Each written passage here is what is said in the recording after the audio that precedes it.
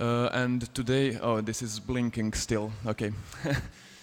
Today we will try to talk about some of our latest work, and we will more specifically try to talk about it in a key of self-critique. We will just present them really briefly to you, and then try to talk about things that we didn't like about what we did in them after they were done. So to keep things short, let's just start. Okay. Thank you, Jovan. Thank you very much. Hello all. Hello, Republika. Sorry for being late. I'm now going to talk about a project that was started a long time ago, much before UZROK was born. It's called Cenasketch. It's an open source engine, open source library for textual emotion recognition and visualization. So the idea is to take short chunks of text and then to transfer this text through some algorithms for sentiment analysis into graphics, which represent shapes and colors of the graphics represent the emotions in text. And unfortunately, because we don't have internet, we cannot show visualizations for the tweets of Republika. So we are going to show it for some other tweets. We're going to show a video. But later, when we get the internet, we can show you how it looks like for the Republika tweets. Okay, so we created it as an open source project. It was published under the GNU public license a couple of years ago, and some people around the world used it for several projects, for making Twitter visualizations, for making visualizations of pop songs, karaoke visualizations, even the visualizations of Sylvia Plath's poetry. They used it for visualizing BBC tweets and stuff, so it was an interesting project. It also received an award from the American Association of Digital Media and Arts. But one of the problems that we would like to talk to you about was that even though it was completely open source, it was very well documented, it was online, it was written in Java, everybody could use it, nobody really created their own visualizations. They all used our visualizations, which are you going to see right now if the technology allows. So we created these two visualizations. The one is this grid of color squares. The other one is just about to start with these particles. You can forward it a little, Franci, with these explosions of particles which represent different emotions, different emotional types. And people use these visuals. They did not create their own visuals, even though that was one of the idea, because it was the open project and the processing community is wide and large, and we expected people to create their own visualizations in Java and processing, but they didn't do it. So it's one of the problems of open source projects and open data and the open movement in general, is that some things just, even though they are factually open, they are not really open, because people that are intended to use the application and the software and the library do not know how to use it. We didn't expect that they will not. Most of the people who make visualizations, they make it in processing, not in Java. So it was one of the problems. The other problem is bigger and wider and more important for the entire field of data visualization, and we might call it the problem of eye candy. This is sweet and many people loved it. It's nice, colorful visuals. But the problem is that it's basically what it creates is the immediate emotion, and what when we founded ourselves as the UZROK Studio wanted to make is things and visualizations that create emotions that have longer lasting effect. Also, we wanted to make things that are more informative, that also transfer the information, not only the emotion. And so this project in a way embodies that. It was a generative art experiment, and as that it's interesting, but we wanted to make something that's more informative and that's more in the line of storytelling, if I may say it like that, that tells a story clearly to a viewer and to a user. So now I'm going to give the microphone to Franz. Thank you, Uroš. I'm going to talk about Paperrishta. Paperrishta is our first collaborational data visualization project that we developed as UZROK group. We did it for for the competition in the LAC conference, Data Challenge Conference. Learning Analytics Knowledge Conference in Belgium. Yeah, thank you. We did it with a group of data researchers, and we used it to show bubbles which represent, each of these bubbles represent keywords. Oh, wow. Represents certain keywords in scientific research papers in two narrow fields of e-learning.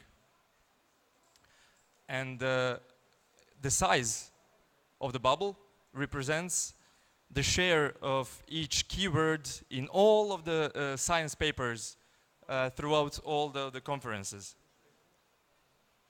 And the problem is that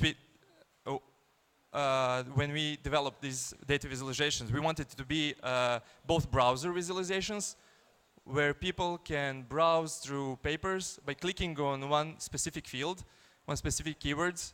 You will get all of the papers data on the side from all of the conferences, and you can use Google Scholar to access these scientific papers, research papers.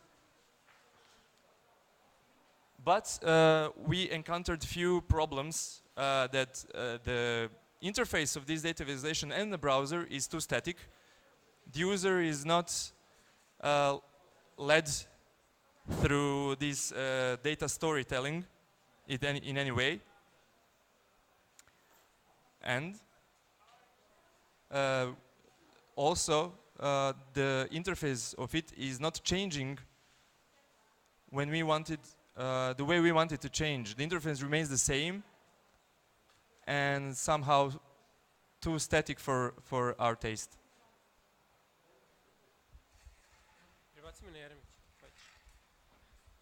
So basically, yeah, the main problems with the previous visualization, Paperrishta, that Bojan talked about, was that we couldn't use it perfectly as a browser or perfectly to tell stories. And the next presentation we did was for Burn Network, the Belgrade office of Balkan Investigative Report Network, which was about the analysis of data about travel expenses of an ex-Serbian minister of Foreign Affairs, which you can take a quick look at it because we seem to be in favor, well, not anymore.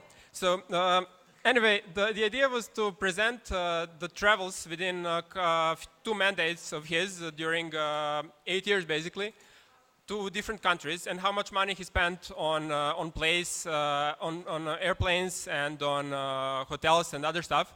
Because inside, hopefully, and it turned out there is a lot of interesting and strange information, as in very short flights to neighboring countries costing where just the flight costs exceed 50,000 euros one way, and then some completely different price. So it's basically a mess, which we were hoping to make clearer, if only, yeah, this screen would allow us now, by dividing it both into categories on a heat map, where some countries that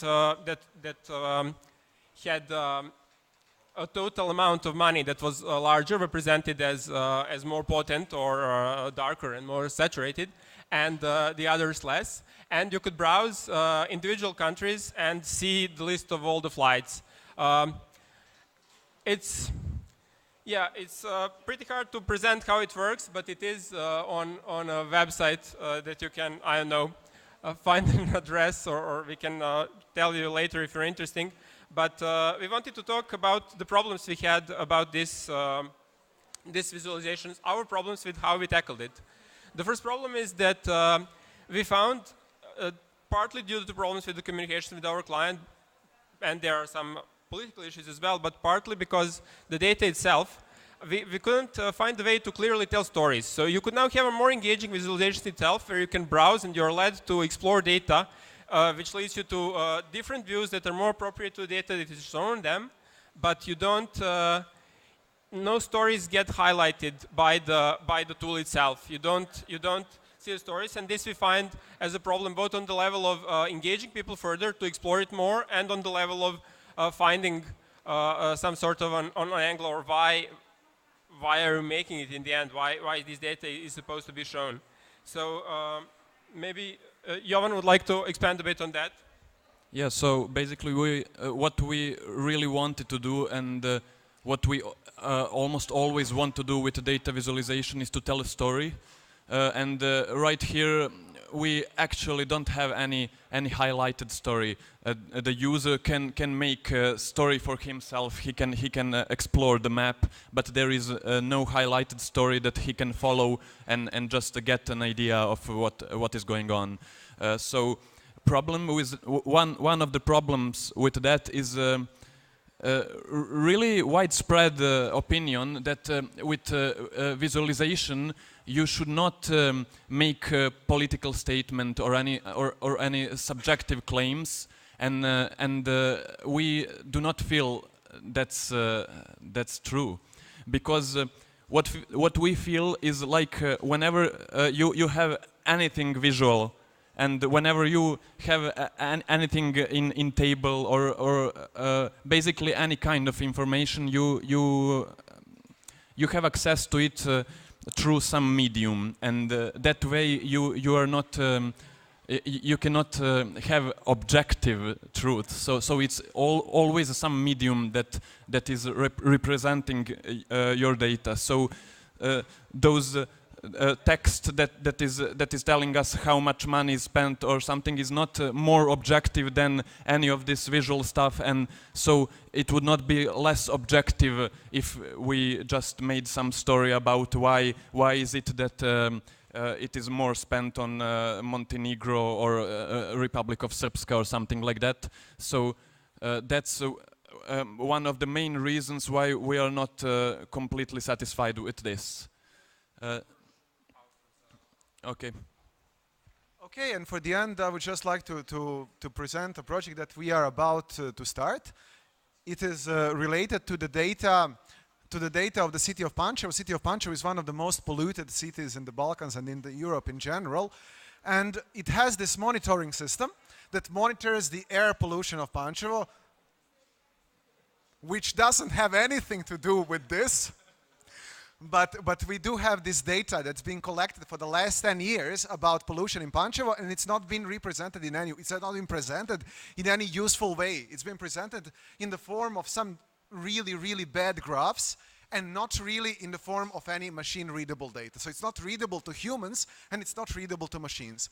And we wanted to change that. We wanted to make a visualization that could really engage viewers and tell a story. To engage viewers more, we wanted to shift from the digital world, from the world of monitors and projectors, into the physical world. And to do that, we found an interesting way. We found some really, really interesting magnets, fluid magnets, liquid magnets that could change when you change the electromagnetic field. So with Arduino board, you could program these magnets to change the shape of this liquid magnetic field. And to make this liquid magnets, this is really interesting. What you need to do is to cook old audio and videotapes, like old VHS tapes. You cook them and you make these liquid magnets, and you can make this physical visualization, this 3D visualization. And the first idea was to present the data in real time. Like you have these peaks that change during the day. You have certain substances in the air that refineries and this heavy industry produces in Pančevo, and you can show people this data in real time, which would be really, really exciting to see, and in a way really informative to see this gigantic peak at a certain point, which tells you that the air pollution, that something really invisible, is here, it's present, it's visible. And we started with this concept, and we realized it's totally wrong, because it's not, these day-to-day changes are not really important. What is important is long-term changes, changes that affect people in the long run, in terms of several years. And that is why we decided to make this physical visualization more with this long-term storytelling, to tell these long-term stories. What happened when what happened during the last 10 years, what happened with certain substances, how certain substances affect people's health, to take data from the medical research institutions and stuff like that. Also, we wanted to show how data, how the data is reflected with the privatization of the oil refineries in Serbia, because this was this big privatization a couple of years ago when these oil refineries were sold to Gazprom, to Russia's Gazprom, and we wanted to show how this large privatization in Serbia is being reflected in this data. Did the pollution increase or decrease? So these couple of stories we want to tell with this physical visualization, also with using projectors and with projecting the context, with projecting scales, stories, and things like that. So we can have these several narratives and several stories which are being told with the physical visualization, with this crazy liquids, and also with the projected story. Thank you very much.